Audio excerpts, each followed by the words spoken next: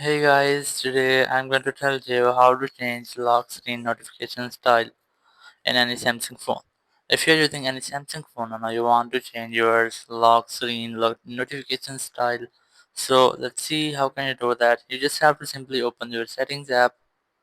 In settings, just go for notification, and from here just select lock screen notifications option.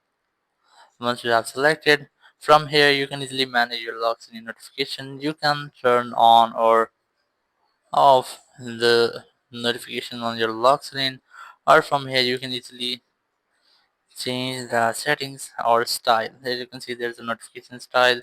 You can easily select dot option. If you have selected the dot option, you will get a small dot in left side of your screen, just like this image.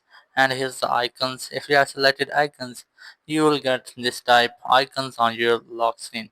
Or if you have selected cards, so you will get these type cards on your lock screen notifications. Or if you want to show content, you must have to select show content option, or you can hide your content from your lock screen. So and that's how you can easily change your lock screen's notification style in any Samsung phone. Thank you very much for watching the video. Until next video, bye bye.